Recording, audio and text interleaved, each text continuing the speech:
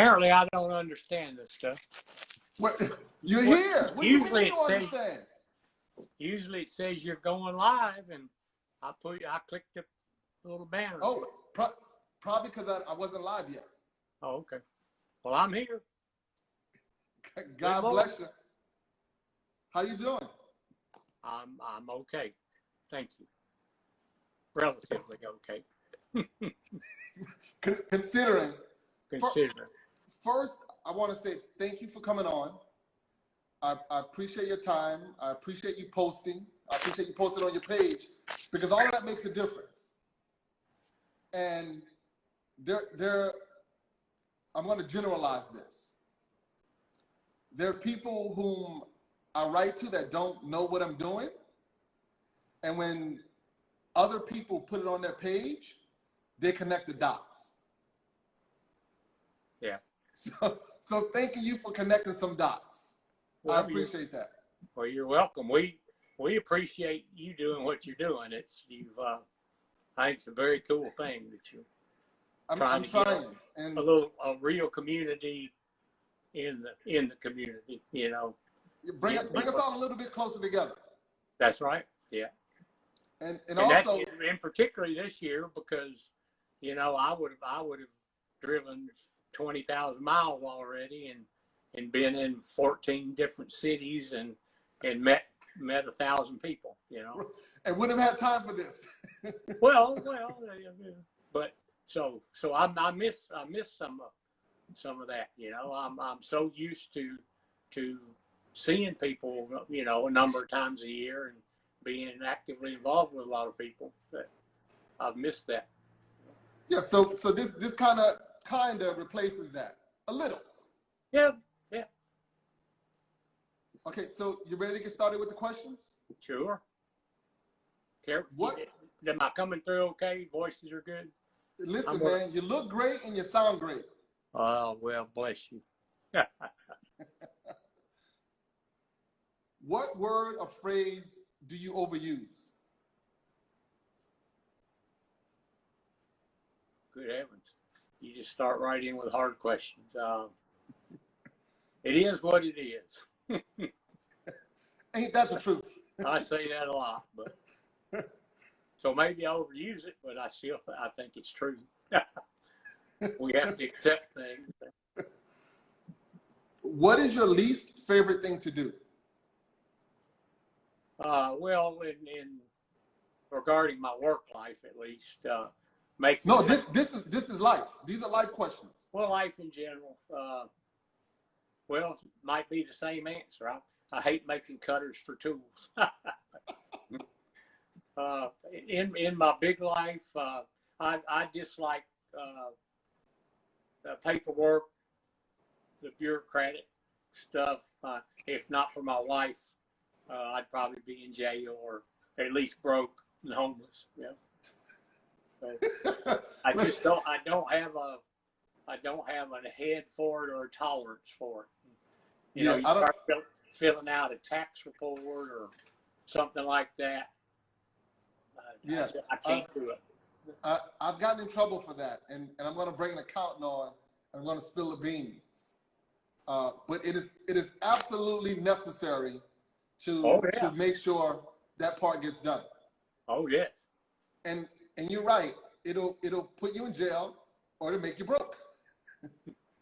But things like you know, I spend a lot of time at Vanderbilt Hospital, and I almost every visit I go, I get a survey. They want me to fill out a damn survey. You know, I go, no, just no, I'm not going to do it. You know, because you read it, it's just so silly. I have a low tolerance for BS. You know, that's a good thing. What is your most favorite thing to do? Well, top of the list, probably ride my motorcycle with my wife. Okay. Spend time with my family. All right. Yeah. What is the one thing your wife would change about you? Oh, not be so short and cranky. And I am, and I apologize. Okay. I can't. What makes you tick? What? I'm sorry. Say that again. No, I didn't hear the question. What makes you tick? What makes me tick? Yes. What motivates you? Well, I'm unmotivated a lot of the time, but I enjoy, you know, again, work-wise, when I really get going, I like to see what I'm going to do next. You know, it's fun. It's fun when you're making and, you know, working along.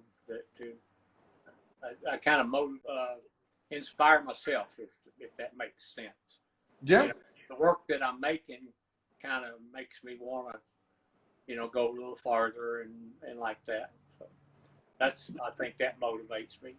In life in general, I enjoy people, and my family, and we live in a pretty cool place. And, you know, life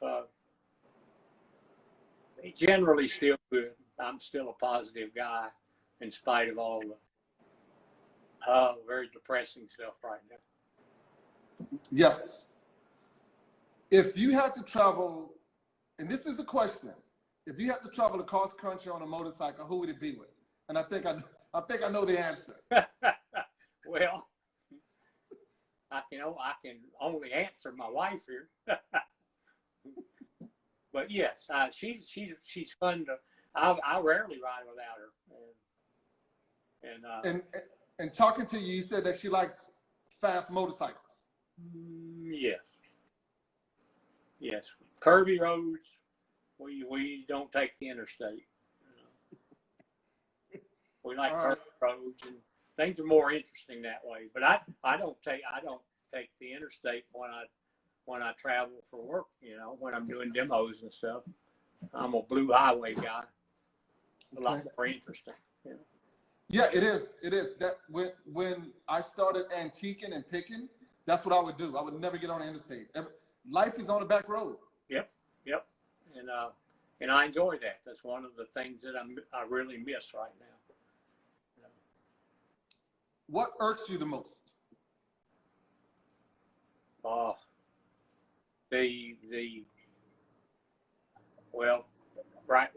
current political situation right now, the hate that comes from, our leaders, if you will, the absolute effort to divide us, and it's just disgusting. It's heartbreaking, and I wonder how we're going to recover from it. I'm with you. I'm scared. I agree with you. Scared. And as we've always done, we will recover. Well, we got to get over it first, and then we'll recover. Yes, we do. Well, some of the tweets that come from the top. One this morning that asked that. Of course, I'm a little bit of a NASCAR fan, being a Southern guy. You know, I grew up at the fairground, near just a couple blocks from the fairgrounds, watching the Saturday night races and Sunday races. And so I've always been a casual NASCAR fan. So I've always thought that Bubba Wallace was cool and all this stuff that happened with him. And we get a tweet this morning from the president demanding that he apologize to people. Yeah, and that's a bad signal to his base. It's just astounding. So that's what hurts me. And we better move on. Yes. Yes. What sound makes you happiest? What? Say that again. What sound makes you happiest? Oh. Well, I can think a couple of things come to mind. When I come outside. This is PG. Yeah. Here where we live, come outside, I love to hear the birds. You know, that's one of the cool things when here. But Another's a good blues harmonica. So do you play the harmonica? I do. I not as much these days, but I still do. And yeah, it's every now we talk a bit. I randomly call you on video call and you answer. And Keith, and Alan and Greg, and every time I talk to you, I'm learning a little bit more,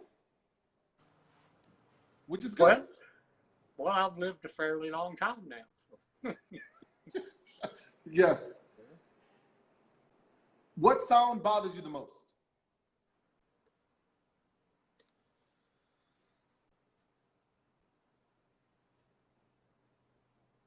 Well, that's a tough one. People, bad turners turning when I'm teaching, you know. Yeah.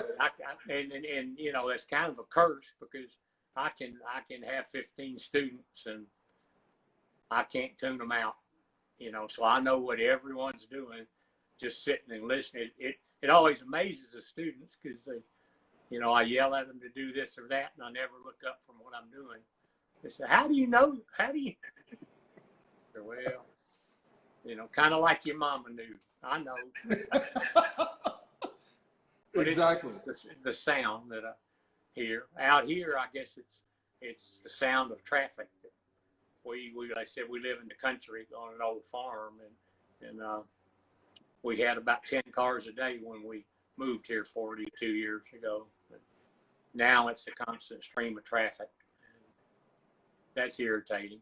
Yes, that can be. Big Friday, Saturday nights, you get the guys in the little tuner cars and all that crap, and they're doing burnouts and drifting and just endlessly, you know. Right. If you were to go to a card game and there could possibly be a fight, who would you take with you?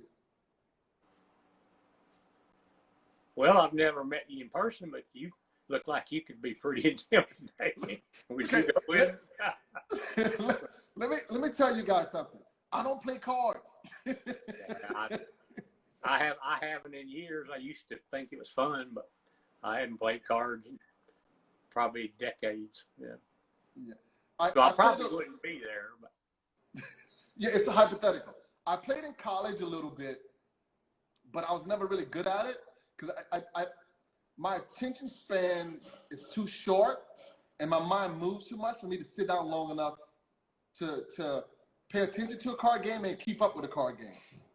So that was never one of my things. Well, I've been to some rough places in my life, but I've never thought about who I would take with me, ever. And that I don't mean I'm a tough guy. I'm certainly not. But I was never particularly worried about the places I went. I should have been. So that never occurred to me who I might take with me. What profession other than your own would you like to try? Well, being a musician would be cool, you know. It'd be a lateral move. I don't think. Right. But you know, I worked in a lot in different craft media a little bit, you know, dabbling. But I don't know. I don't have any burning desire to do anything else. Right. What would you want on your tombstone? You know, I hear you ask that question. I don't know. It was a good run, I guess. All right. I won't have a tombstone, number one. Okay. So now we start with the conversation. Go ahead. Oh, like I said, I won't have a tombstone. I don't know what they'll do with me. Throw me away, I guess. Yeah. Now we start with the conversation. And this is a little different because you have a really enormous, well-documented turning life. And in addition to that, the tour is going to be pretty in-depth. So let's start with when you started wood turning. I usually start from high school, but depends on how far back you want to go. Well, I did a little turning in junior high. We had wood shop in junior high, and so I did a little bit of turning there. You know, they sharpened the tools probably before school started, and you know, in the fall, and that's probably the only thing. And so it wasn't a lot, but it was fun. And we had a neighbor. I did a couple of little things at his house, but I got started turning. I started making furniture. I was in the computer business with ATM. I actually had a technical degree in electronics, and so I worked with the first ATM company for 16 years. And I thought I would maybe be a furniture maker. That's what really got me interested in wood. And I got hooked on sawing logs. You know all about. You know, the first time I took a log to the sawmill, and they ran that thing down the carriage, you know, through the saw, and the side of that log fell off, and I'm like, holy shit. You know, oh man, this is it, you know. So I loved wood. I really got attracted to the material, you know, and I got sidetracked turning, and it's in the mid 80s. I kind of knew what everybody, there weren't that many turners then. And so there was a small group of fairly known guys, and so I knew what kind of work they were making. And so when I got started, that was kind of it. And one thing led to another, and I did a show fairly early on. And about that time, my company reorganized and fired me or laid me off or whatever you want to say, and paid me for a few months. I'd been trying to work up my courage to quit because, you know, I wanted to wait till I was vested, and I did, but I still couldn't really make myself quit. And, so, you know, making furniture is tough.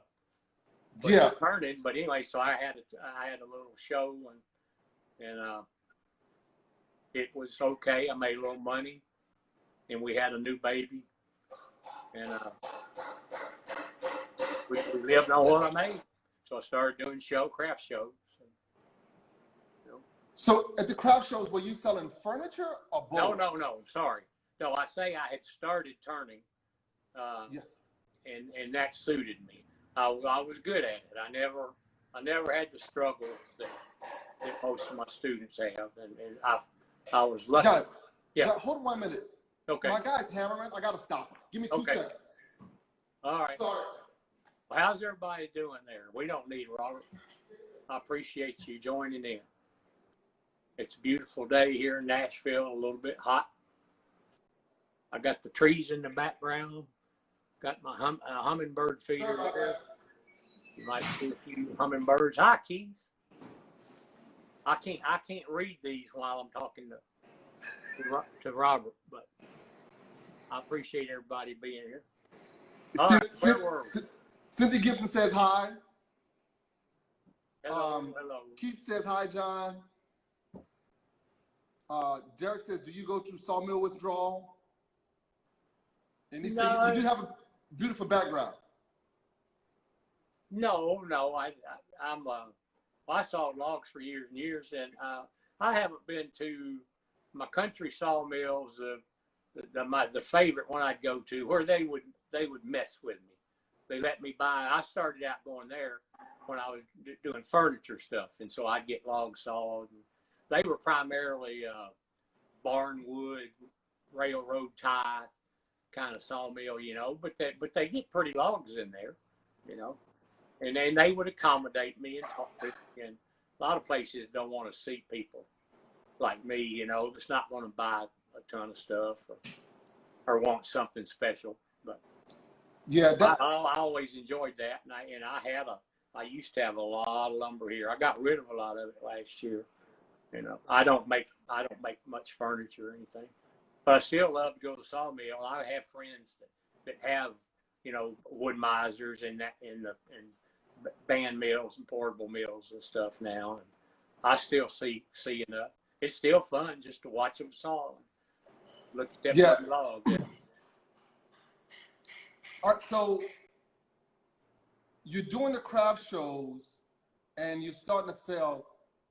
When people saw, by you doing this so early, when people saw what you were doing, were they amazed that you could do that with wood? Oh yeah, and they still are, even Yes. if there are a lot of wood turners out in the craft show circuit now. You know, and some of them do some really amazing stuff. Yeah, people are, but just you know, even a basic bowl. How do you do this? You know, of course I don't sell basic bowls, but anything, it can be a pretty simple piece, and people are still amazed. There were not very many wood turners doing shows when I started, though. Right. So you quit your job, you're doing craft shows. How often did you do craft shows? Every weekend? Oh, Lord, no. No, a lot of people do. No, I think probably the most I ever did was 5 or 6. And I don't know how the people do it weekend. You know, there are a lot of people that do, you know, 30 shows, 40 shows a year. I couldn't do that for a lot of reasons. But I got, it didn't take me too long. What I found with craft shows was that they were always kind of appropriate to what I was making. So in other words, I did the local, we have a state craft association, and I did those shows. And the people that came there were the people that were likely to buy kind of the work I was doing at the time. And then I started doing a little more upscale regional shows. And again, the people that went to those expected a little higher end stuff, if that makes sense. And so the gallery people that might come through were kind of commensurate with what I was doing. And then when I started getting into the high-end shows, like the Smithsonian Craft Show, which is kind of the big one for most craftspeople. I would say. Yeah, and the Philadelphia Museum of Art. Those basically were the only 2 I did in the later years. And so if I could get into them, and the years that I didn't, you know, we still got by, which is one thing that let me quit. You know, when I finally quit, I said, well, the years I didn't get in those shows, you know, our life didn't really change. You know, so even though we missed the income, we make it up in other ways. And one of the things that kept me from having to do so many shows is I taught early on. The local, near local school here, Appalachian Center for Craft up in Smithville, Tennessee, which when it opened had Wendy Maruyama was the wood person there. So it was a pretty cool place. And they asked me early on to teach weekend classes. And then I started teaching week-long classes. And then I was in demand as a demonstrator. So I did a lot of that. So I derived a fair amount of income from traveling and teaching. And then I taught at, you know, craft schools like Airmont. I've probably taught at Airmont 25 times. And schools like Anderson Ranch, Colorado, and the Center for Furniture Craftsmanship. All those places I was a regular for a couple of decades, you know. And so that's what I did rather than a lot of craft shows, and what I did in lieu of making production work. So I never made little bud vases or things like that. You know, I always just made the work I wanted to make. So you always stuck to the art of turning, not necessarily. Yeah, pretty much. Yeah. No, that's not to say I didn't. I make some smaller pieces, but not real low price pieces. You know, but pieces that are typical of mine, but maybe a little smaller. I call those gas money pieces. Hopefully, I could at least sell a couple of those and get back home. There's some shows I couldn't have gotten home had I not sold some work. Yeah. You know, time for a lean. And, you know, I did the there, fleet. you got all your money invested in that show and booth fees and some kind of crappy hotel and food, and you go, man, I hope I sell something. You know? And you're right, and I was literally something. Yes, something. Anything. All the people that are watching that do craft shows know what I mean, or most of them, maybe not all of them, but most of them. Yeah, I used to do the flea market on the weekend in Brooklyn, and it was every weekend, and you would have to unload and load both days. Wow. Because Saturday would be somewhere and Sunday would be somewhere. And did that for 4 or 5 years. Yeah.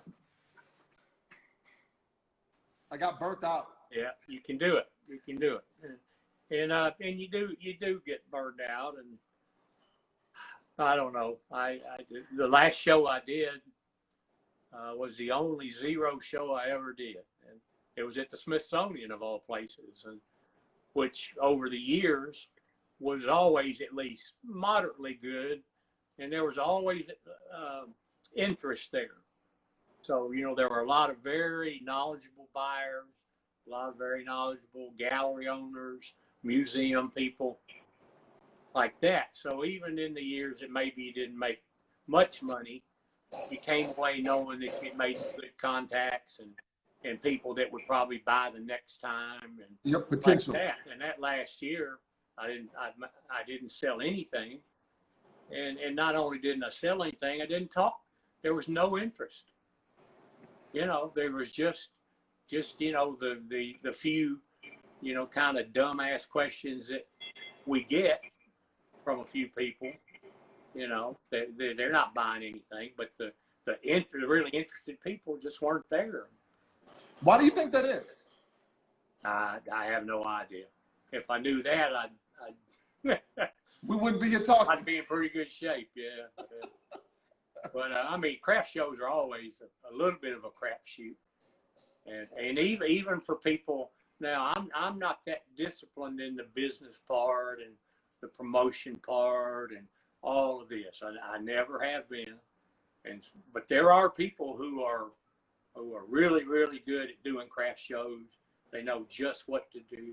They've got it down, you know, to as much of a science as it can be. They really understand it, and they go through the same thing.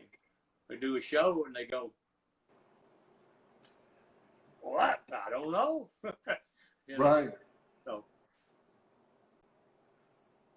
what do you find is the most challenging thing in the business?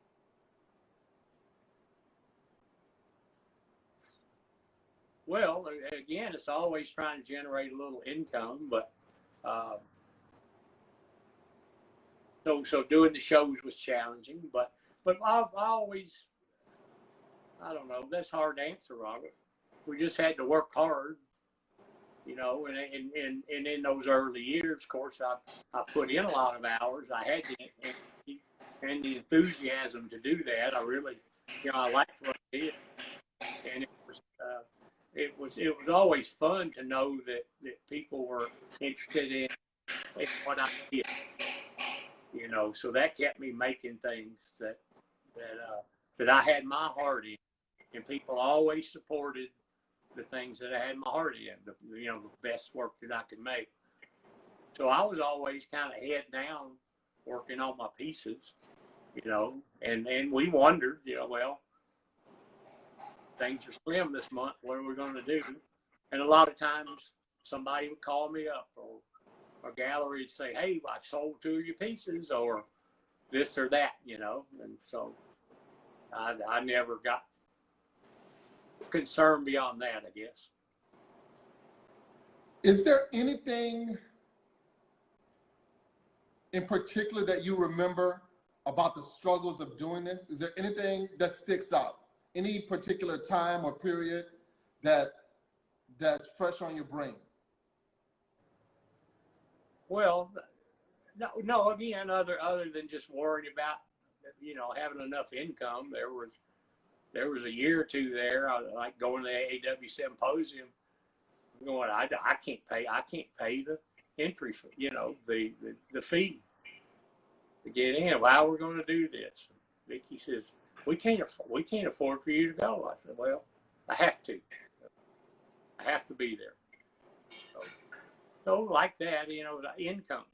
It's always income. And it always works out. It always did. We're still here, you know. And there was the American Craft Council has a show in Baltimore, Maryland every February, which is a big wholesale / retail show, and it goes basically all week. I think now they maybe start on Wednesday or something. And there's 2 or 3 wholesale only days, and then the weekend is open to the public, a regular retail show. And one year there, this was probably midway through my turning career, and we were having a bad year. Man, we were broke, you know, no money. Just driving up there, you know, gas money. And I usually got my hotel in Baltimore, and my wife did it. She made the reservation, and so I get to the hotel, and it was depressing. And I get in the room, and it was just awful. It was the seediest, most awful place you can imagine. And I look out my window in the room, and it's looking down on a rooftop, a flat rooftop below me. There's liquor bottles and condoms over the roof there. And I go, I can't do this. I can't do this. And I checked out of there. And so on the way to the hotel, on the way to the show the next morning, I'm driving to the convention center. A guy drives through a red light full speed. I'm turning through the intersection. This guy never even slowed down. I don't know what he was looking at. Hit me broadside. It was a major wreck, you know. But the car would still work. But the driver's door's bashed in. It's smoking and steaming and making squealing noises and all this. So I drive into the convention center with this van, you know, smoking and steaming and screaming and all bashed in, and people are looking at me, you know, and man, am I low at that point? And I got to set up all my crap. And I set up all my pieces, and this potter I know came over and looked, said, "Your booth looks like crap."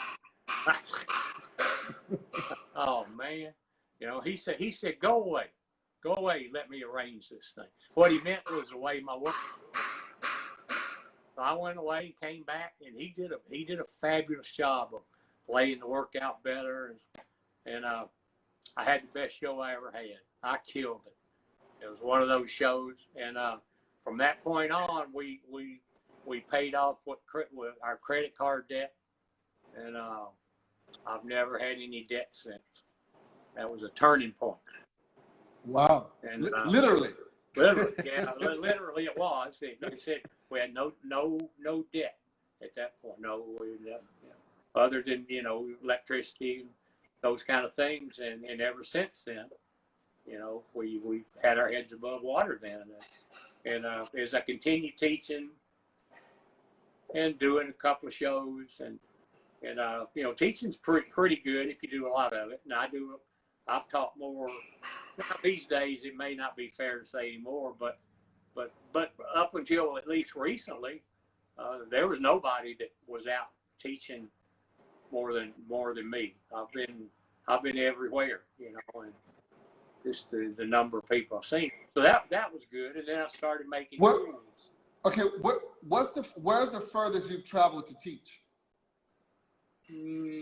Japan, Australia, New Zealand. Wow. I've been to, I think, 10 countries, and I don't know, I haven't taught in every single state, but I've been to every state. I went to my last one, I think it was last year, North Dakota. I'd never been to North Dakota. What's North Dakota? That was my last one. Wait, did you go to South Dakota? I've been to South Dakota with my motorcycle. Yeah. Great. That's a great state to ride in. I'm not sure about North Dakota. Yeah. No offense to anybody from North Dakota. It was cold, right? And snowy, and windy. Wind never stops blowing. So I've been all over, and I enjoy that. And sometimes I'll like go to the West Coast, and I'll book up, say, a month. And I might do 25 workshops. Maybe a private or small group, and then do some hands-on, and then a lot of Saturday demos like that. Sometimes a whole week somewhere. So, but it's fun to do those. I miss being home, and I miss my wife. But by the same token, and a lot of times I take my motorcycle, so I'll drag that along behind me. I have a couple of days off, ride the mountains, ride down the coast, wherever I go. I like that. And then I started making. So you got a lot of time on the road. Yeah, but like I said, I started making tools that as far as the business goes. Mid career, I guess. I got involved in the tools, so primarily because nobody makes the tools that I thought were suitable for the hollow turning. And yes, there was a guy out in Oregon named Dennis Stewart who made some tools back in the mid '80s, but as he started selling and having a little success, he changed the tools, and they were no longer particularly good, in my opinion. And then he quit making them entirely, and I couldn't get him to make them like I thought they ought to be. So I go to a class, and what do? Nobody's really got tools that are fit to use. We're trying to share mine and modify other ones. And so, that's really why I started making tools. I didn't have any desire to be a tool maker.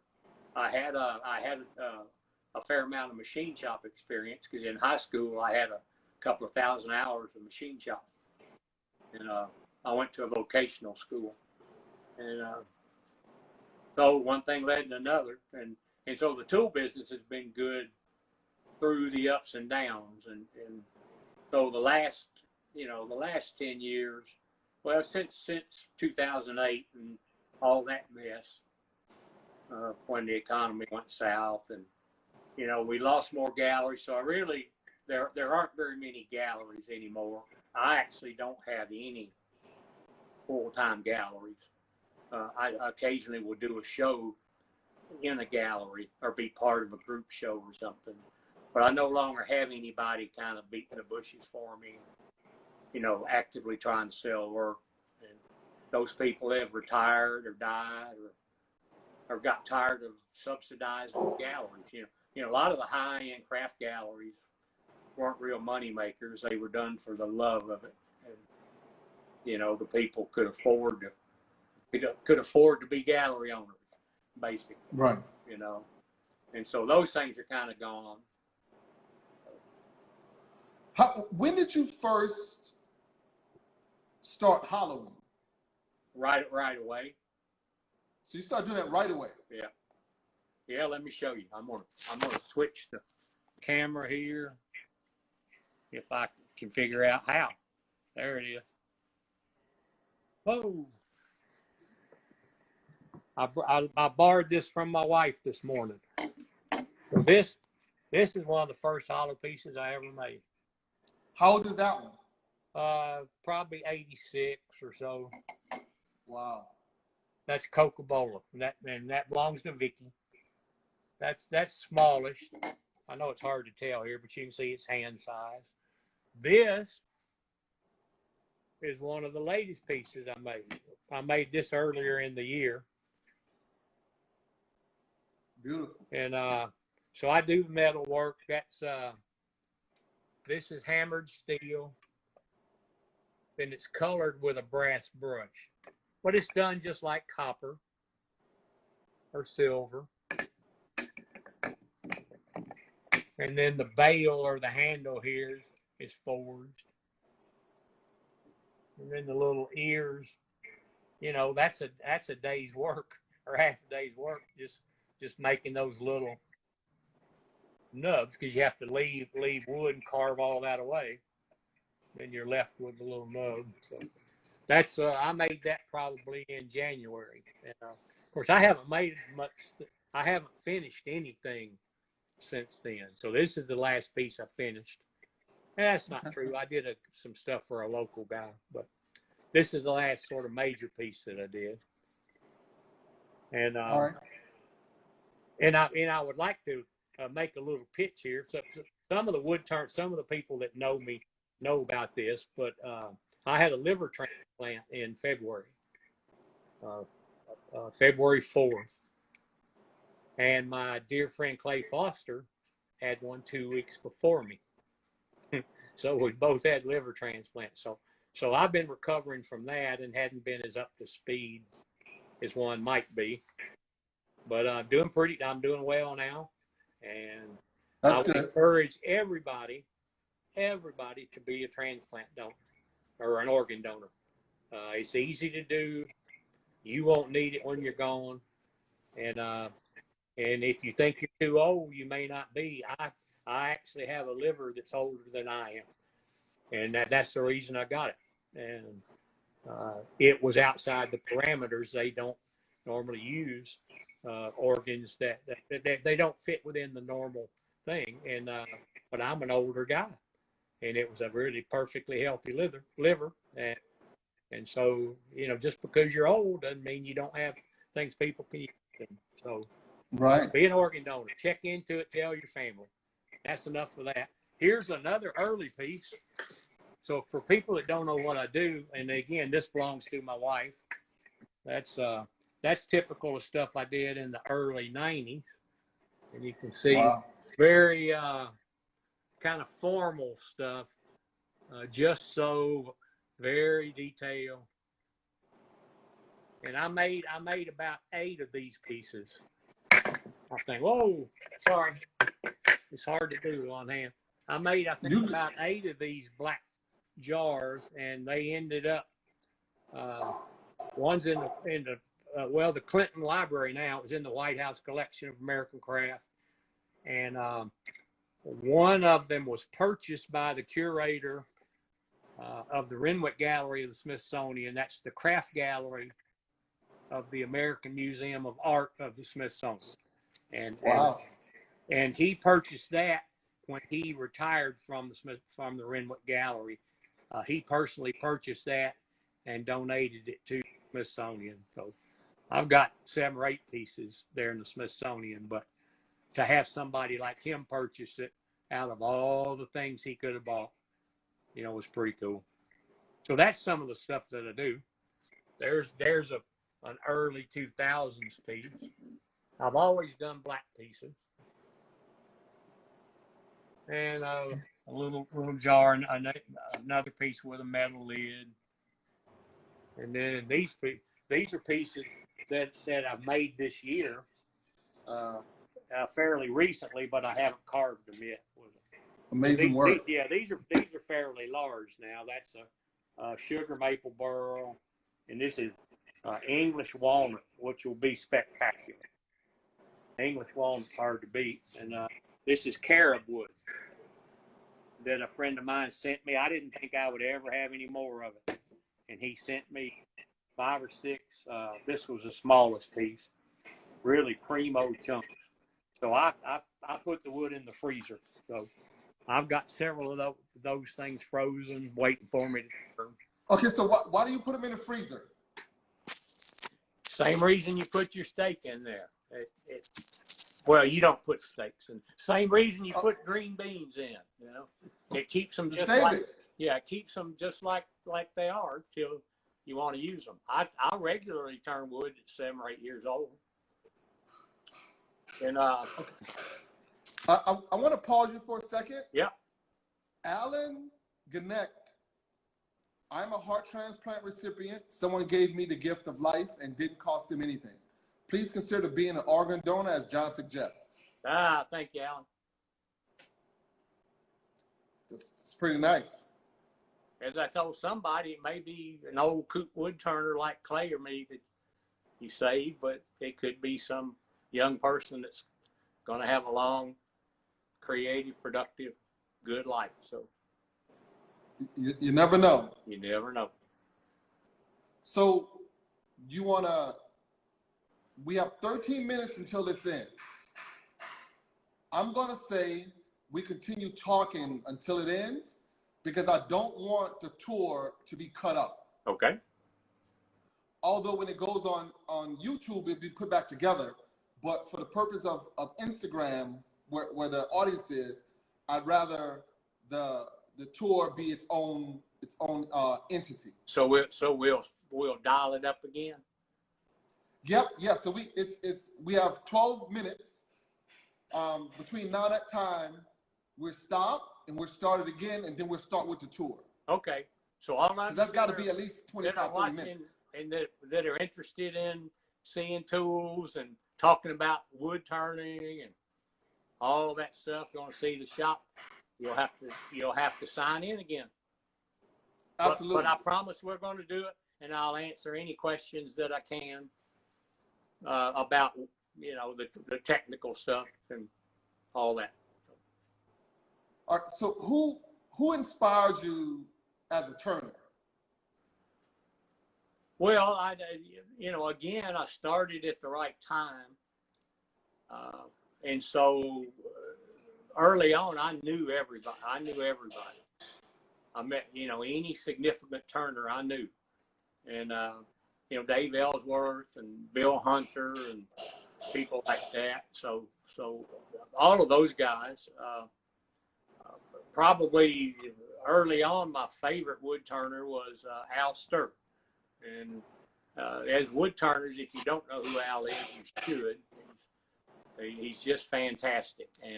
And while he makes primarily bowls and platters, and he does more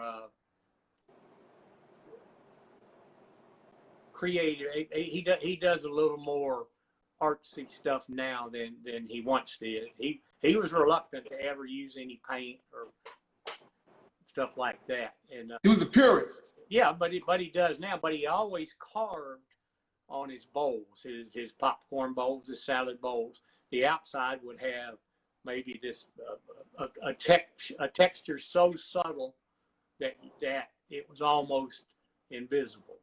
You had to sort of engage with that piece before you realize, hey, this has got a little texture on it. I love that kind of stuff.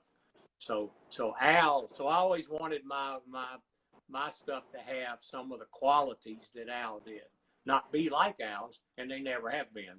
Nobody would ever mistake any of my work for any of Al's work. But I think sometimes I do manage to get some of those qualities, that his work had. So I liked him a lot. Dale Stokes, who's sort of a legend in wood turning, but quit early on in his career, was a good friend. And so why did he quit? Well, he's a guy of many interests, and he settled down to be a knife maker, and he has a company called Pine Wood Forge. If anybody's wondered where he's been, makes some of the finest spoon carving knives and things there are.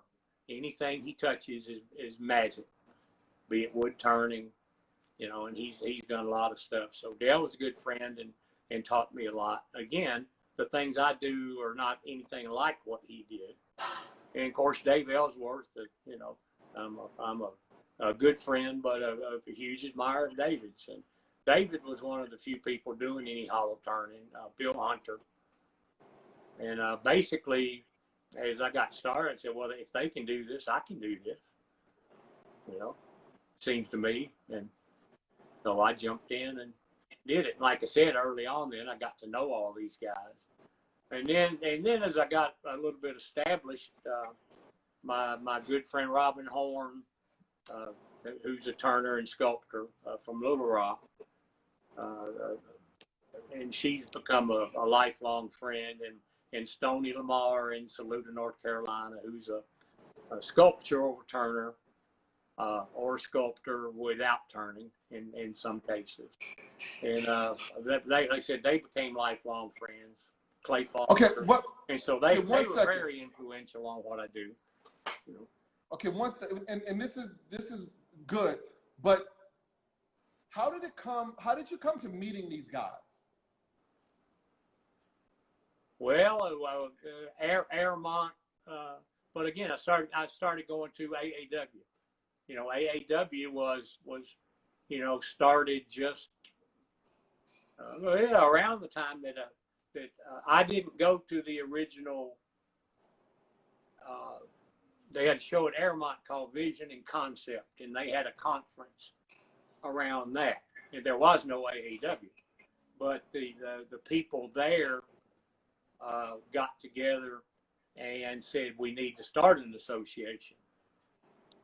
And so I went to the first symposium and met the people there. And again, if you know, and I was up doing pretty good work. So yeah, you'll always get some attention if you do good work, you know, and I was doing some pretty good work early on.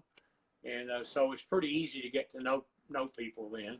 They'll talk to you when they realize, you know, that you're serious about what you're doing. And they'll talk to anybody. The woodturners are friendly guys, but I got to be, like I said, friends with just about everybody, and I did. And it kind of tricks or fools me sometime now that I still in my head feel like I know everybody, because I did. I literally knew everybody, and but I don't anymore. And so sometimes that fools me. Instagram was kind of an eye opener when I joined up a year and a half ago, and you go, who's this guy? Holy smoke! Who's this guy? Who's this guy? So, yeah. We talked about the last of this. Is a whole nother world between the internet turners and so I've at least gotten to know a number of these guys through Instagram.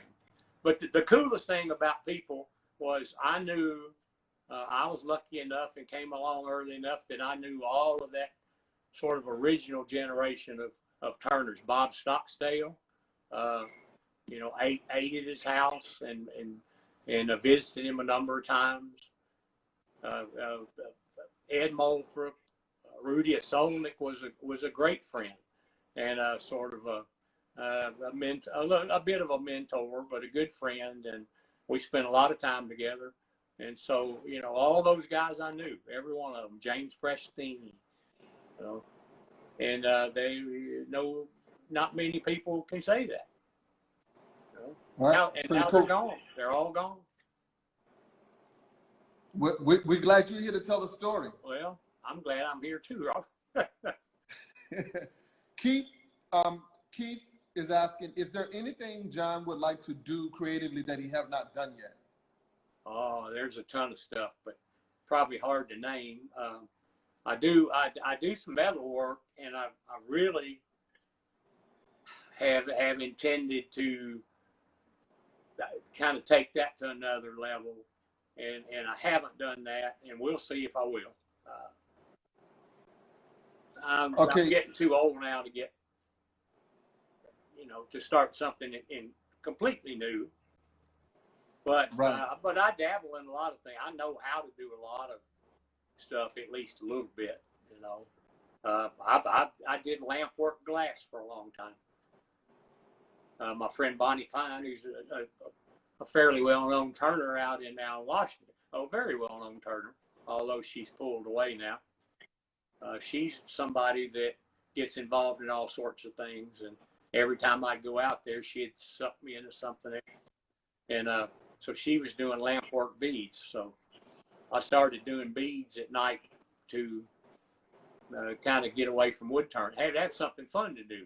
I don't turn for fun, and so the lamp work beads, we'd have fun, and I'd give, my wife would make necklaces with them, and we'd give them away to people who bought work and stuff. I haven't done that in a good while, but that was fun.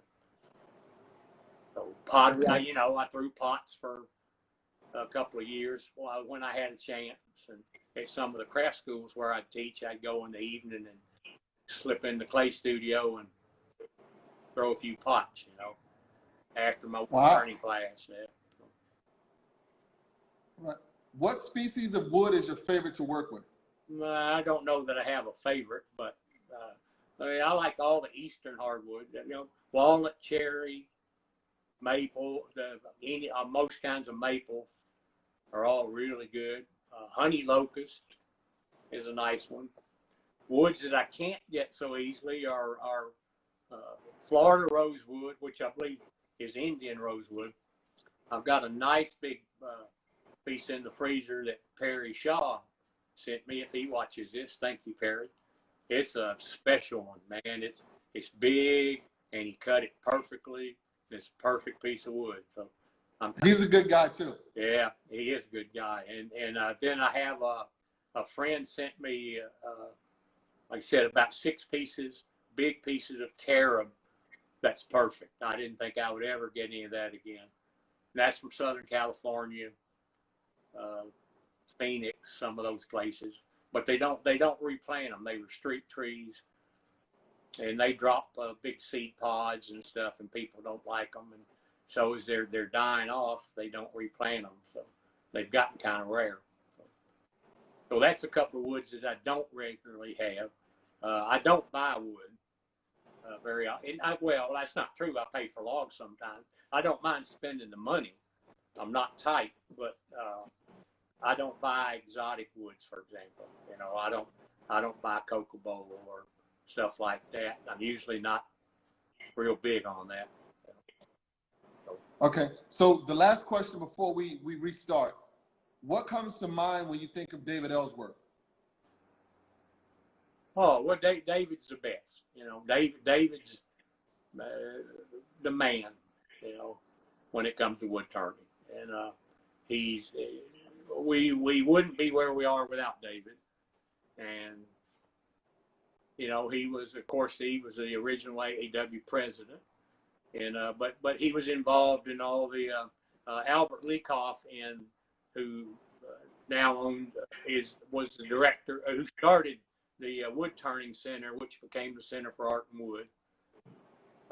Held a bunch of symposiums in Pennsylvania in the early '80s, and David was part of all those. But he's just the guy. He's taught everywhere and inspired so many people. Nobody hollow turned of what we think of as hollow turning. Till David really developed some of the tools and ideas. But he's very generous with his time. He still loves teaching. And he has every month he's got a room full of a lot of time beginners. He still loves teaching those beginners to turn, and so he's very generous with his time, and he'll talk to the newest turner just as long as he'll talk to me or somebody that's been around a long time. All right, we got 17 seconds. Okay. So we're gonna hop off. Come back, and I'll answer anything you want, and I'll show you around the shop. And we do the shop tour. All right, thanks. It's a Monday, man. There I am. Holy smoke! Back up a little. You've done it twice. All right, so that first time, like I said, Norm, when you start a conversation, I always get a little, notification bar that says, you started a live video, and I just pushed that, and I didn't see anything this first time. But anyway, here we are. Yep. Text up to so hello, Keith Fisherman. Hello, Keith. Hello. We're gonna wait a couple minutes till more people come in. Yeah, we'll give them a minute. Hi, Keith. Don't you have something better to do? John, I think this is it for all of us. This is pretty cool. Well, it's pretty cool to do. I haven't talked to anybody in a while. That's when you and Keith called the other night. I realized after I hung up, I'm the only one that said anything. I about talked you to death. Like I said, I've been alone here too long. It's all good, brother. We appreciate it. So it's, you know, it's nice to talk to people who have common interests. You know, like I said, I miss that. I miss being out and with the groups. And I love being by myself. You know, I love quiet time, and that's one reason. Part of the reason I enjoy travel, particularly a long trip, is, you know, if I drive to California or somewhere, or Colorado or something, I don't have to talk to anybody for 2 or 3 or 4 days. Not a soul. And I love that, you know.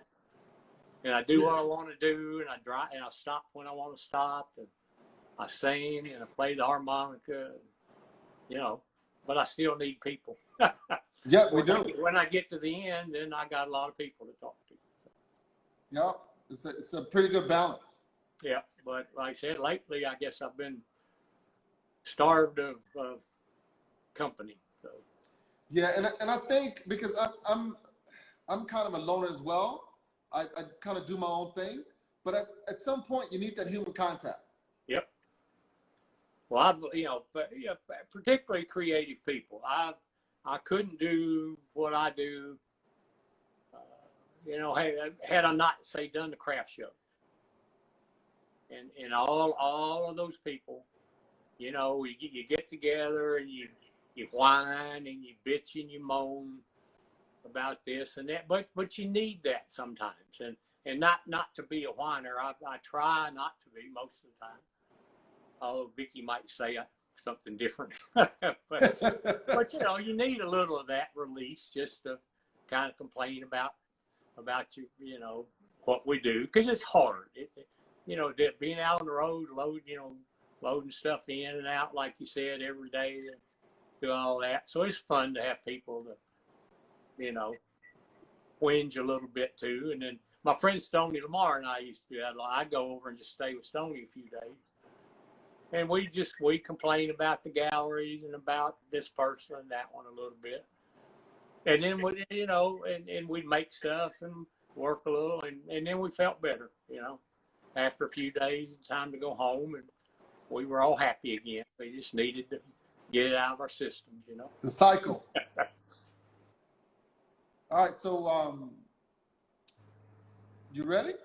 Yeah, I've been ready. All right, let's do the shop tour. We're gonna show people around a little bit.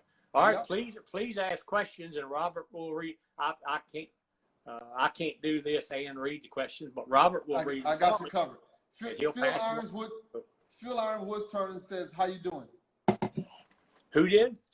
Phil Ironwood turning. Hello. Was there a question or just a greeting? How you doing? Okay. Well, I'm doing okay for the condition I'm in. Sorry, I'm trying to get the hook on the back of my phone over my finger. Okay, so I won't drop it. Let's see. I'm going to switch this thing around. That's bleach water, in case anybody wonders. That was my phone stand. I'm actually sitting at my carving station. There, my little hubby holder. John, let me tell you something that I think is interesting about me. Whenever I see a video, it doesn't matter. I mean, it might be a shop tour like this. It's a video on TV. When I watch, everybody's broadcasting from home now. If you watch news or something, you get all the talking head people, and they're all in their homes now. So I spend the whole time they're talking looking at their stuff. I want to see what's on their bookshelf. I want to see what's under the bookshelf. Right, I look in the nooks and the crannies in any video, TV shows. That's what I do. I look around. I look, what's up on top of that thing? What's that? What's over there? You know. But I'm sitting at my carving station. This is I used to sit on a stool, and this is a box, and I'd sit on this end of the carpet, and it forms a loop here. So it forms a loop here, and then I could hold the workpiece between my knees. Let me grab a piece. So I kind of hold the workpiece in between my knees here, and so I can do my carving and stuff. and I don't have to worry about dropping it. And that loop, I just move my butt and adjust the length of that loop for the size piece that I have. And this is against the wall here, you can see. So it's good and solid. So if you're doing hand work with hand gouges and like that, all of your energy goes into removing wood.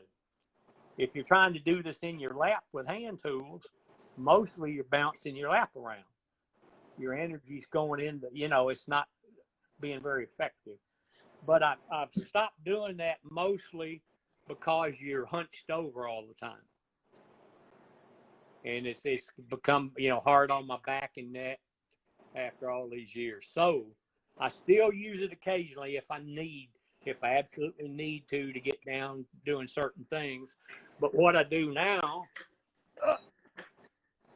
I'm kind of stuck in a corner here, is I sit in that office chair and I lean back as much as I can. Good posture.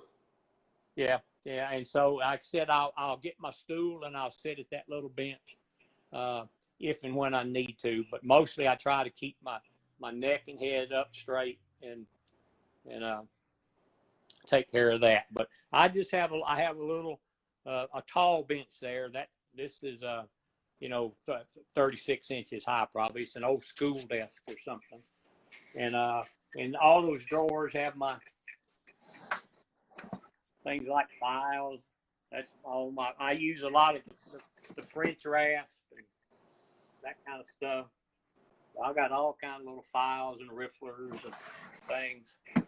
And my carving tools look terrible, but they're really not. They're not banging into one another as much as it looks like they are. So I have a couple of drawers full of these things. The fact is, I use 3 or 4 of them for the most part. So anyway, I got sandpaper and I have rotary tools and all kinds of stuff. I have tons of, my smock drawer. I got a lot of smock. What turns a dirty job? Well, they give you free ones when you do these symposiums, So I got my air tools and these are the carving tools I use. I like this auto mop carver a lot. That's the best one you can get. But it's sort of pricey. And then the Ryobi, I've got, 4 or 5 of these. I use that for texturing. I got a little round point in it. And I got lots more of them. You can see that's 3 Ryobis there. Another auto mop. I use a little engraver. No, that's a Dremel tool.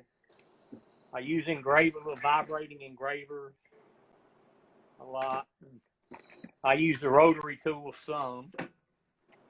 So that's one of the micro motor carvers. So I do a little bit with that, but not very much. Some of the people that carve do almost exclusively that micro motor.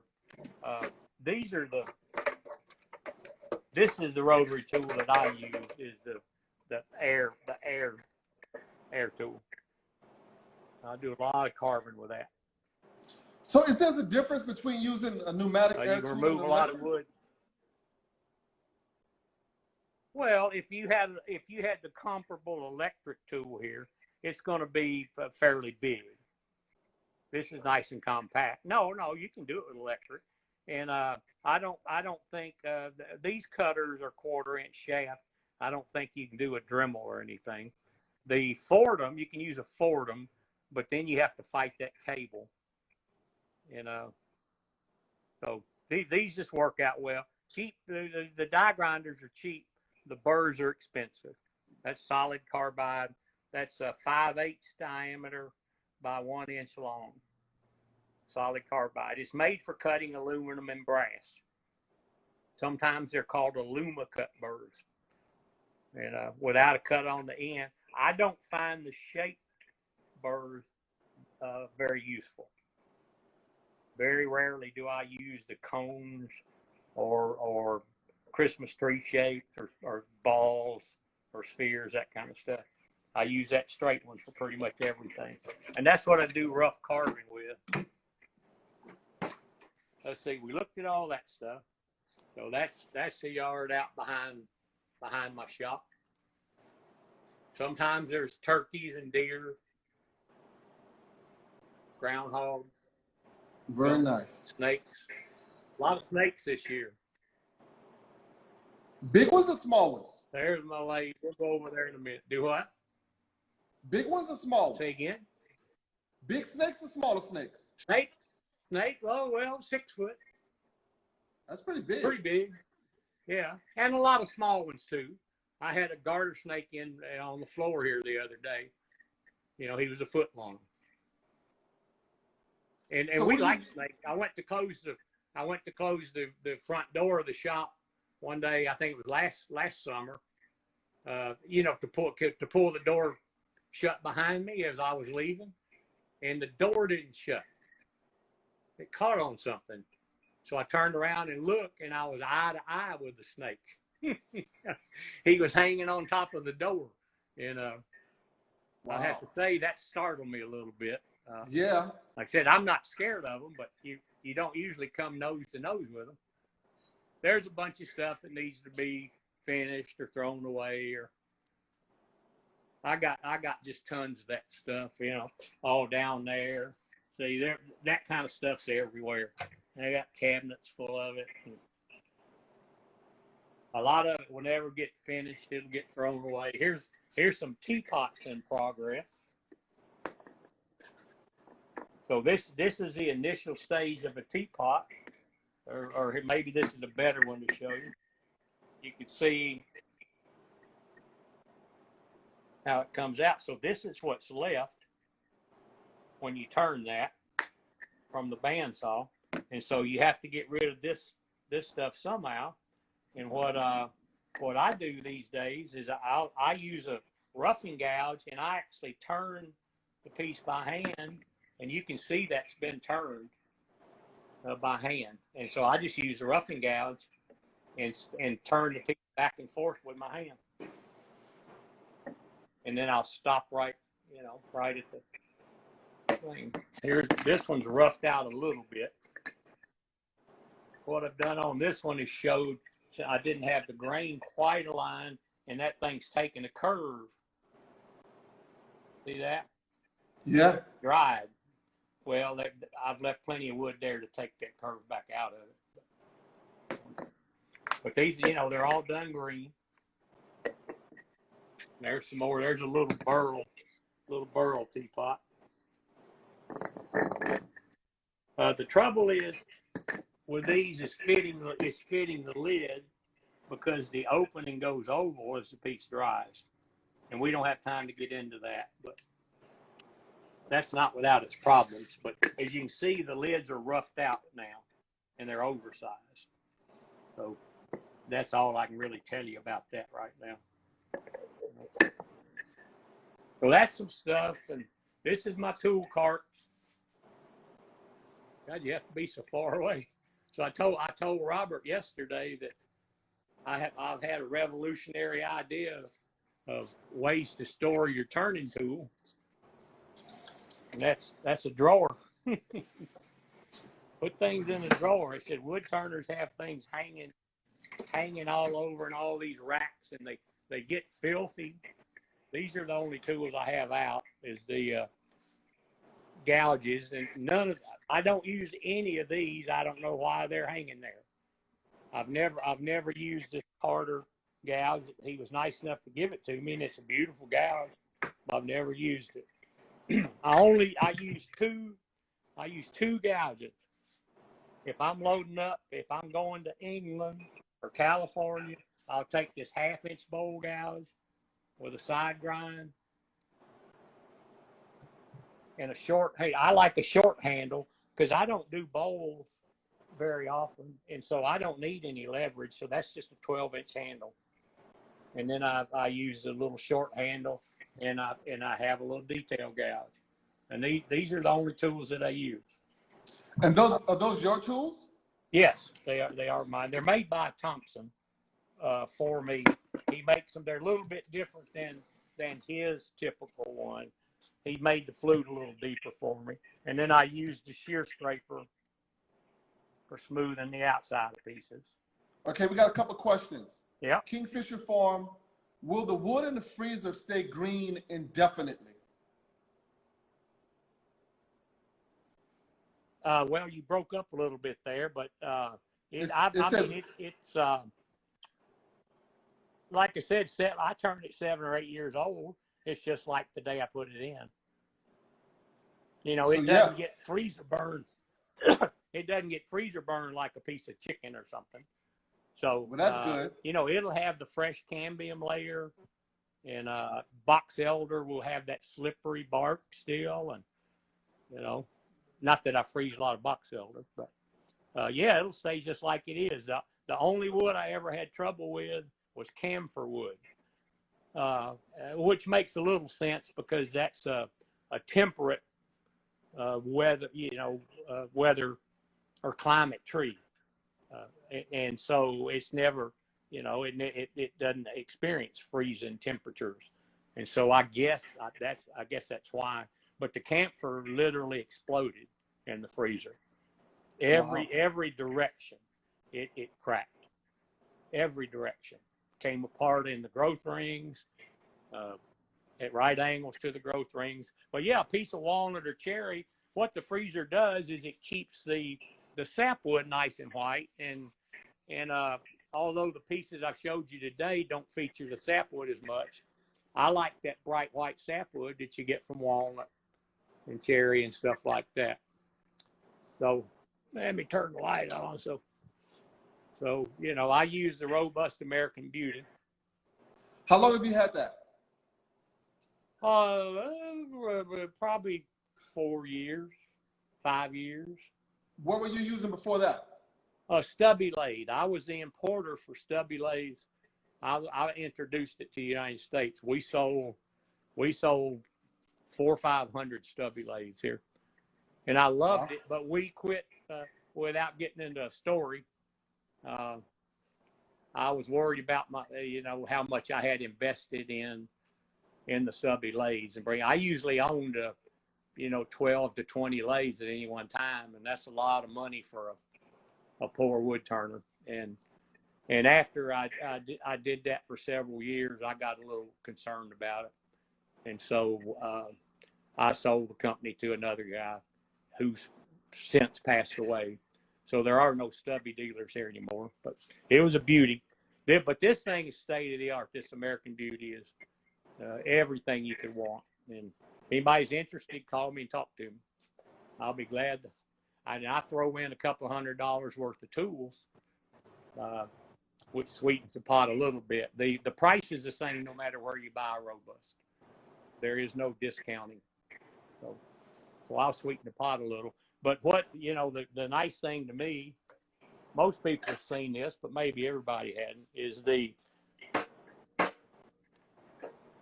is hard to do with holding a phone, but the tailstock slides onto that,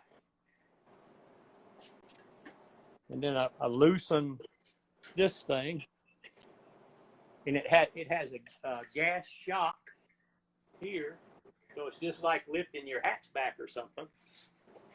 You only need your hand, and you just give it a little push, and over it goes.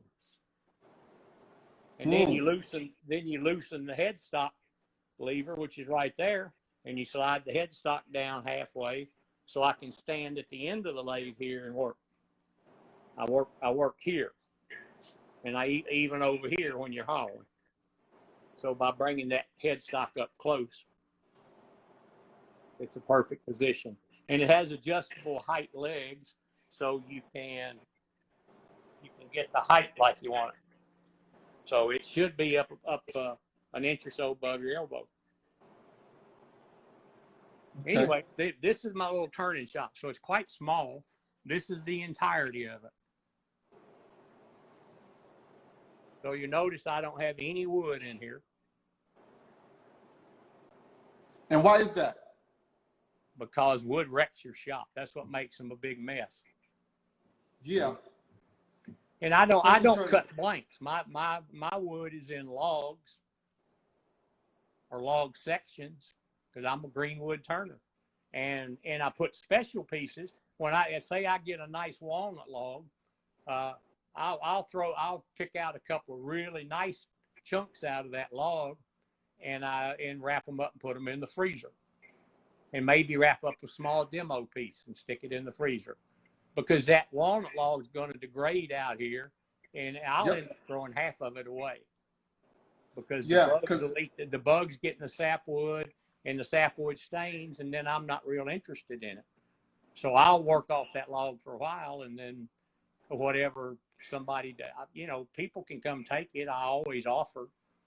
I've got free wood for anybody that comes by, but the fact is, a lot of the wood gets thrown away. So anyway, that's my little tool cart, and it rolls around. Although I don't move it a whole lot these days, but so I only have the one lathe anymore. And you said that was for sale. Do what? I have them for sale, yes, and they keep them in stock in Wisconsin at Robust. I own them, and they keep them, so they'll be shipped out of there. Yeah.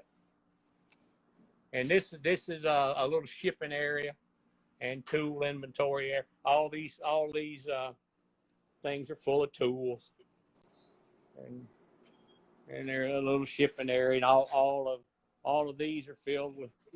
If don't be shy. I'm gonna show them there. All these things are filled. Those are small tools. So there's let's see, a bunch of handles. So they're stashed everywhere. Can we see that handle? I'll show you in a minute. I've got them. Got some laid out on the bench, and I got a bunch of. It's a mishmash of stuff. Like I said, some of it's older. Little teapot. I like making the teapot. So that's a little cherry burl teapot. Is this your personal collection? No. These are all for sale. See anything you like? There's a little maple burl piece back there. There's a nice walnut. There it is. Walnut teapot. See how I'm using the sapwood as the spout. Yeah, that looks nice. I like that. So I put a lot of time and effort into the orientation of these things. And you can see that the lid is a grain match with the rest of the piece. And then I put a lot of time into these little trivets. See, that one's got a little low ash, and it's turned. See, it's got a little turned depression in it. So, John, what would that teapot cost? For you, these retail. Well, retail probably a couple of $1,000, but okay. I could probably do much. Well, I can do much better than that for a wood turner. I have brother-in-law prices. We need those. Do what? So we need those. Yeah, there's a nice big. This is not a real typical piece of mine, but I really like this piece with some carving on the top. What kind of wood is that? This one? No, the burl. It's red, either red or silver maple burl. Okay. Yeah. And that one's pecan, the prettiest stuff I ever saw. Do you have pecan trees there? Oh yes, yeah. Oak. And this is white oak. Very again, these things are hard to show and hold the phone, but very oval, and you see the oval pattern in the grain, and then I've carved the opening to be oval, so it matches that. So the wood movement fits with the grain pattern and my carving to make it a natural thing. Okay. It's beautiful. Then it's got these wonderful rays. Is it bleached? I just love that stuff. I love that. John, is that bleached? Yeah, that one's bleached. Yeah. Then there's a little white oak piece. Again, with a raise, you probably can't see the texture real well, but this has been brushed. Yeah, you can see a little bit. That's brushed with a brass brush, so it opens that grain up. It's still sanded, but it's opened up. It makes the wood more of what it is, to me. That's the way I like to think of it. And the average person would never, they couldn't articulate that, but they would see it and they would sense it. Does that make sense? Yes. There's a bigger ash piece with some carving. We have a lot of ash. Ash is not, I don't know. I don't sell a lot of ash pieces, although it's one of my favorite woods just to turn. There's more stuff back there. You'd never guess that was mine. That's Ambonia burl. Somebody gave me, I think it was a $350 piece of wood or something. And what kind of wood? Out here do what? What kind of wood is that? Ambonia burl. Whoa. It's beautiful. So no carving or anything. Nobody would know that was mine. But I didn't have anything in mind for carving it. Here's a bunch of stuff. A lot of these are old. Some of them real old. That's a nice big, that's probably 17 or 18 inches of red maple. Wow. Very early. These are very early pieces here. This one,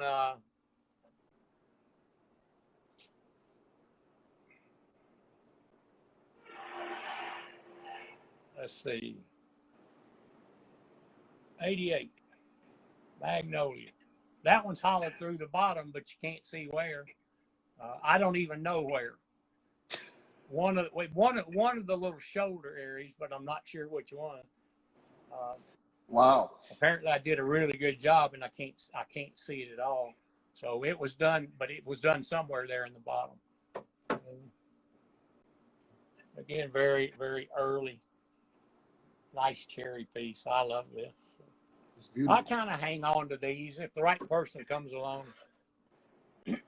I wouldn't mind selling it or excuse me, or a museum would be nice. So anyway, odds and ends. That's got a nice surface on it.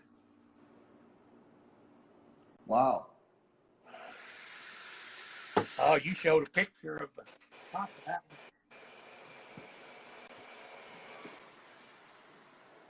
one. John, you keep going. I'll be right back. Give me 2 Okay. seconds. This guy, he's cutting metal. Hold 1 second. Okay, I'm going to go get my going. water glass. Everybody bear with me here. Walk to the other room with me.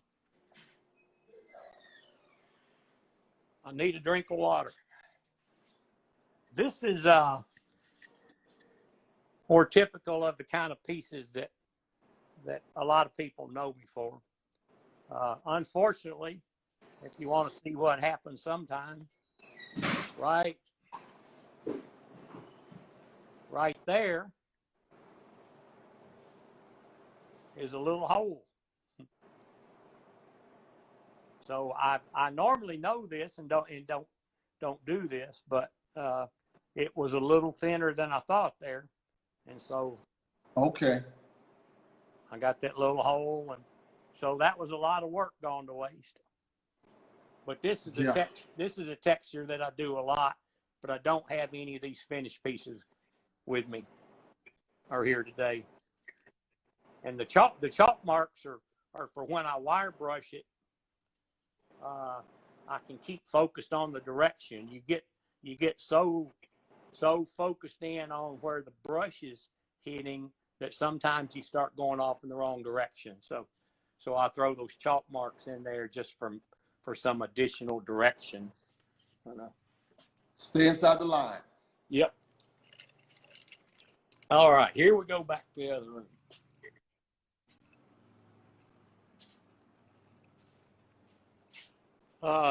Hydraulic press with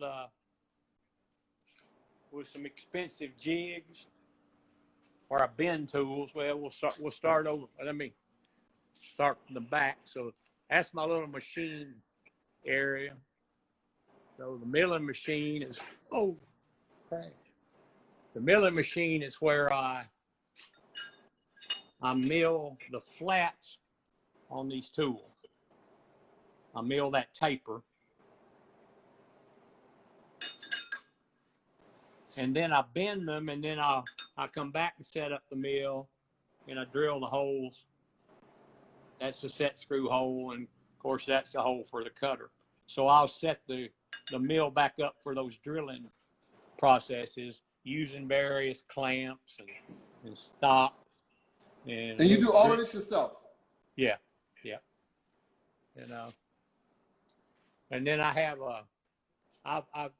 when I started doing this, I had a lead on a Bridgeport mill, and I tried to buy the thing, and I finally gave up and went down. We used to have a scratch and dent jet store here, and they gave me a deal on the mill and the lathe.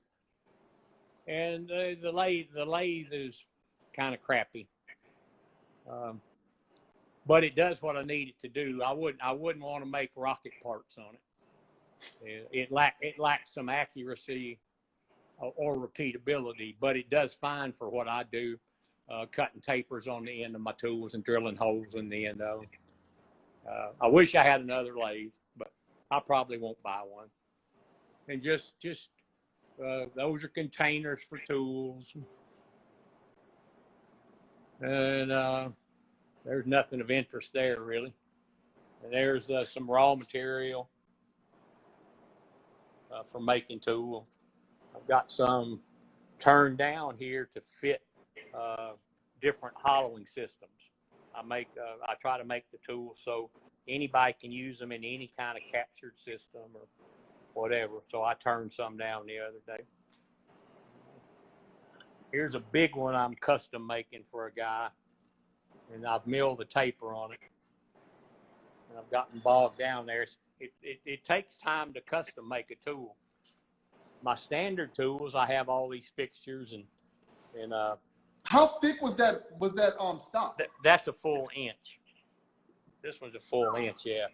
It's a pretty stout tool. The guy does pieces that look like the Mulfords. Big shiny pieces, end grain pieces, but he likes my kind of tools rather than the Mulfords tools. So. And well, like I said, it's all crowded here, just carts. These things are loaded down with tools. They worked 2 weeks ago. These things were full, and then we take the tools off to be black oxided. That's the only process that I don't do, and I can even do that. So if I make a custom tool or I run out of something, I can blacken my own tools, but I don't like doing it. So got a little chop saw for my cutters and a hand tapper for tapping holes, and a lot of belts, different little finishing belts and things that I use to finish the tool. There's a fair amount of hand work at the end, but I have a cutoff saw. Although I found a new steel supplier a few years ago, and I have them cut everything now. It only costs pennies to have things cut, so I have everything I make cut to length. That way it's easy to pick up. I can just throw it in the back of the van. I don't have to take the trailer. But I got TIG welders and oxygen welders, and I got these are those red things there are power hammers. That's a sheet metal shrinker, and the one next to it's a power hammer. I do sheet metal stuff from time to time. As I told Robert yesterday, the guys I learned this stuff from are mostly car guys, some sculpture guys, motorcycle guys. You've seen them on TV making gas tanks and stuff. Well, I do some motorcycle stuff, but I've done some more sculptural stuff that I like. I would like to combine with my work. So that fits your question earlier. Are there things I want to do? Yes. I'd really like to be more serious about my metal work. I've got a lot of skills. I know how to manipulate it, but I haven't really translated that very well. So other than I do a lot of metal lids and little handles and things, but that's easy. Yeah. So one of these days, maybe I'll get it done. But these are all metal working tools in the cabinets here. I love these Harbor Freight cabinets. Man, they're just fabulous. They're heavy. You know, most of their stuff's light and flimsy. These things are as good as Snap-on. And now they come in every color. I want every color, but I can't justify them. Well, and I don't have the room for them. But I got a bright yellow one over there. Okay, we got a question. I don't know if we're going to get there yet. Yep. It says, what hollowing tools do you use and why? Well, I'll show you. I'll tell you what, let me walk back in the shop. And then I'll show you the nice new shiny tool. I use my own hollowing tools if that hadn't sunk in yet. That's what I was showing you all the well, that's not the one.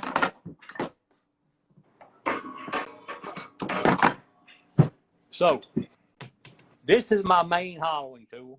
Sorry, it's dirty. That's a hook tool, and then I use this arm brace handle. And the reason this tool works is that the tip is on the center line of the tool. See that? So that means as long as I have the tool rest behind the hook from here back, this tool functions just like a straight tool. So when you touch the wood with that tip, there's no twisting or torque or anything. It just cuts. Right. It thinks it's a straight tool.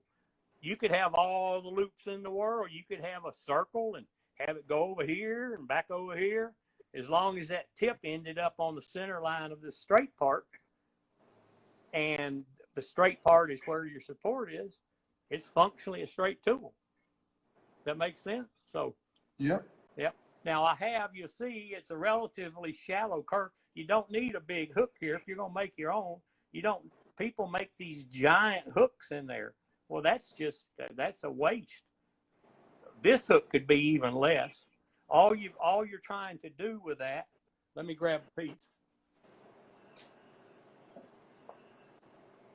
All you're trying to do with that hook is just get inside here. Okay? And that's all it has to do. If you have a giant hook, then you have to start the cutter, right, and you have to fish it all in here, and it's just very inconvenient. So that's the thing. And the tips that we use, a number of us figured out independently that a 3/16 tip is the right size. If you use a bigger tip than that, sometimes you may manage to get more of that tip cutting than you want when you're over in the shoulder area, and it grabs, or if you're not ready for it, you get a big catch. So this tip is big enough to make a good cut, and fat enough that it sort of levels if you learn to move your tool smoothly. Okay. How many different hollowing tools do you make? Three, and I'll show you these at them in the other room. And then the straight tool, which I start with, uses the same kind of cutter. And this is the taper that I cut on the lathe. And then that's uses the same handle, this arm brace handle. It's a little bit longer. This is 20 inches long. So you can do up to probably 12 inches or so with these tools. And then I have a bigger hook, which I'll show you in the other room. There's a drill. This is the drill I use. Nice high torque handle. And I just hand hold that and drill a hole first. That's my precision depth gauge there. All right, we'll go in the other room. Like I said, when I'm through milling that thing, I bend them in this die here, and it has an air motor on the hydraulic press. I just push a button, and it bends the tool.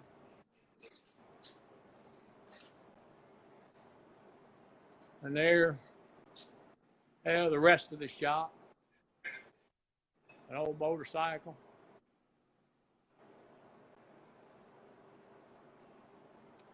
All right. Is that your motorcycle or your wife's? That's my no. She doesn't ride. She rides with me. She doesn't drive.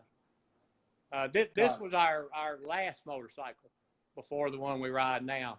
I've sold in the last year probably 14 or 15 motorcycles. So I only have this one, which I need to work on and sell, and then the one we ride, which is in the garage. So here's the new tool.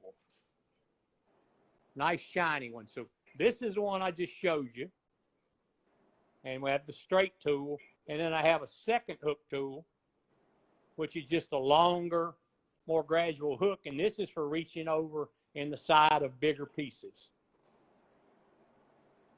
And then I have the handles. All of these handles, I have the arm brace handle that I use. It's got the bend in it there. And you use this right next to your body. You always keep your elbow right next to your body. And this just lays under your arm. This loop just kind of tells you where the tool is and that you've got it under your arm. It doesn't really do anything. You don't lever against this or anything. It's just there. But if a lot of people think, well, that looks like it would hurt me or something, so they prefer straight tools. So this is a 2-foot long handle. This is the straight one, and the red one is an 18-inch handle, which we sell a lot of these. And this is how much is that? $50. That's the same length as the arm brace handle. It's just straight, but you still hold it underneath your arm. I don't hold any of the handles out on the end like this. I can't really do it and get the camera, but I lay them underneath my arm, under my forearm. And then a little short blue handle, which is 12 inches. And all of these have adapters. Where do you go? They'll hold 3/8, 1/2 inch, 5/8, and with no adapter in there, it'll hold the 3/4 inch. So all this stuff's kind of interchangeable. And then I have smaller sets of tools. If those of you that might have watched Robert's interview with Greg Gallegos the other day, he likes these 1/2 inch tools. He does most of his with my 1/2 inch tools. And these are good. These are good for pieces 5 or 6 inches in diameter, height, about that. And then I make a small set of these are 3/8 inch diameter, and those are for little hollow pieces, 3 inches, 2-3 inches, birdhouse ornaments, that kind of Christmas ornaments. So John, do you want to tell us the price of those? Well, these are $75. These two are $75. This one's an additional $45, I think. These are all three of these are $205. You get a discount if you buy them all, but they're like a $55, $80, and $85. And then the handles are, the arm brace is $80, and these are $60, $50, and $40. And then I have gouges. I sell robust gouges of all sizes. That's a detail gouge and a 1/2 inch bowl gouge. I also have 5/8. And then I sell Doug Thompson makes detail gouges, like I showed you in the other room, and a 1/2 inch gouges. So the people really are liking these robust gouges. Are new. People really liking those. I don't have much of an opinion right now. most of the gouges you buy are good. People, some of the people watching this spend a whole lot of time thinking about and talking about and asking about gouges, but there aren't any magic steels, you know, and it doesn't make a big difference what flute shape you have. And the differences are fine and subtle at best. So, you know, if it's not a Chinese gouge, it'll work for you. Don't get suckered into these internet arguments about flute shapes and all that stuff. And like I said, none of them are going to stay sharp appreciably longer than any other ones, unless you got a dud. So the magic steel, these are all made of powdered metal, all of these. And they're a little easier to grind, and they may keep a little bit, the edge slightly long, but you can't tell. You know, if you sharpen all the time, it doesn't matter. And, you know, if 10 is sharp and 5 is barely cutting, you know, and 0 is like cutting with the wooden end, well, you know, I don't want to see how long it takes me to get to 5. And that's kind of what they're talking about when they say these things stay sharp longer. It may take longer for a gouge to get down to 5. Well, I don't ever want to be at 5. I'd like to always be at 10. Well, I can't, but I stop when I'm at 9 and resharpen. You know, okay. And so my gouge is always at a 10. And any of the gouges you buy are good, and they'll cut. And if you've got an abrasive, crappy wood, they're going to go dull fast. It doesn't matter what they're made of. They're going to get dull if you have abrasive wood. So don't get too worried about it. What you get with these nice, expensive gouges like I sell is you get a quality, nicely made tool that you can be assured is hardened properly and that the flute is ground right and all that stuff. You know? And Greg says, any of these sets will pay for themselves in no time. That's right, yeah. I concur. That's right. Particularly if you trade nice little pieces for extra tips, Greg. Greg, I got one. Greg sells his work too cheap, and he makes these nice little sets with 5 or 6 little oak bowls with colored insides, and he had one day. I'm like, geez, I can't let that go for that price. And then I said, don't you need some cutters, Greg? So we trade cutters for work now, you know.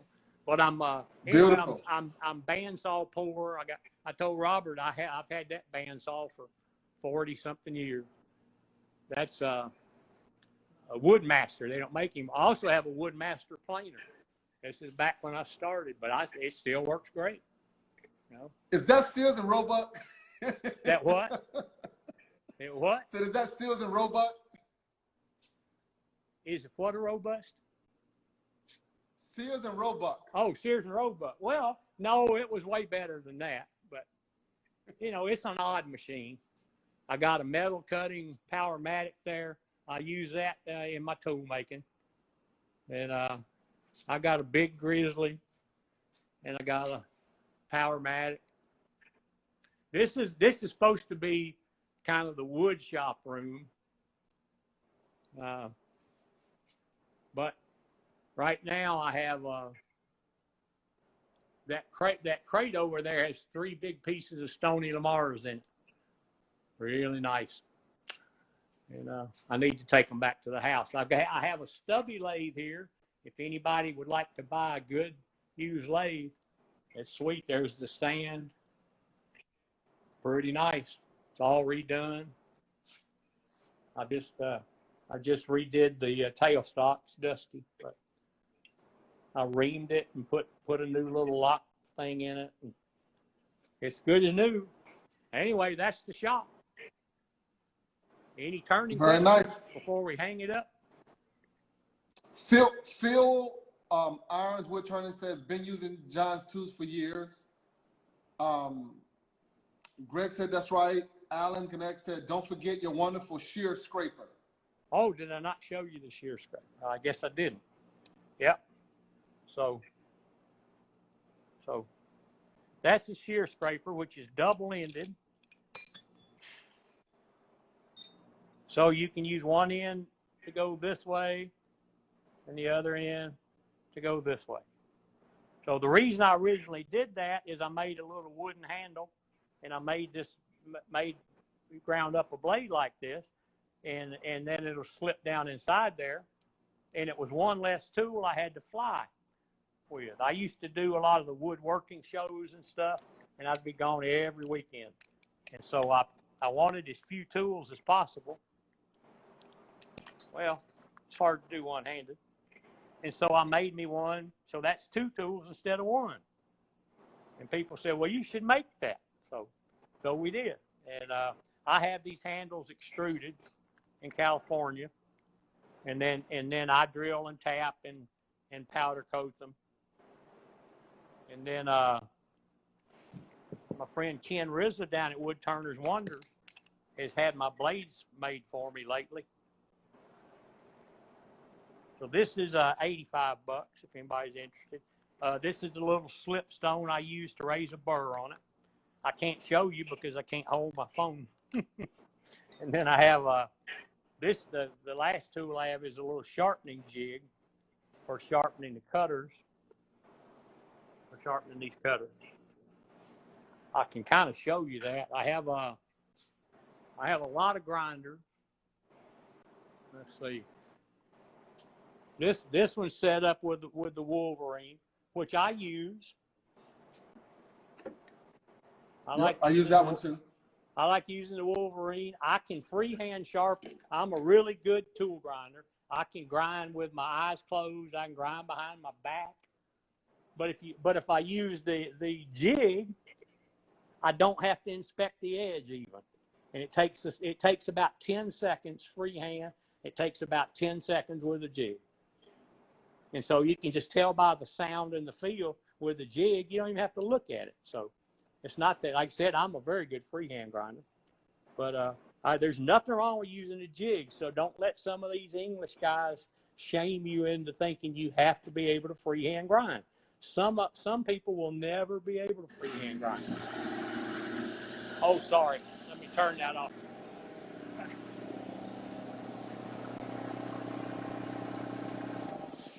Apparently I have a leak. I used to have the air compressor outside, and I built a little room for the dust collector and the air compressor outside, but it gets so humid here in the summer that the air compressor sucks up that humid air, and man, you got a tank full of water. So I have air conditioning in here, so it's pulling in fairly dry air. Anyway, so that's my grind. I have a little diamond. That's a diamond wheel. I sharpen carbide on that for some of my metal working tools. And then I'm CBN poor. I've got probably a dozen of different ones. This is one I grind my shear scrapers with. That's a 60 grit, which is the coarsest I can get. I wish they had like a 46 grit or something. And that is a 46 grit there, and that's what I sharpen my little cutters on. I've never gotten a CBN wheel coarse enough. So this thing will sharpen them quicker. And then I've got a little gizmo here that rounds the back of my cutters.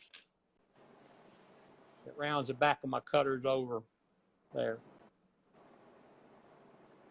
Very nice. Yeah. And the reason that's rounded over is so I can have the smallest, so I can have a smaller hole to hold it. That means I can have less steel in the tool. So it has a very small tip. Let me go back and show you one more thing about that. So the tip on this tool, you see, is very slim, so it'll get right inside those small openings. And also something to notice about this tool is it's a continuous curve all through here. Some of the hook tools you can buy, this section from here to here is straight. So while it looks like a hook tool, it's really not completely. That means you can't get inside a small hole because this part's straight, and it won't do that initial part just inside the hole. So when you look at this, you want a continuous curve. The same with these. You can see that the tip continues the curve out here. It's not square into the end. So it's very easy to get inside a small opening with these. Well, Robert, any more questions?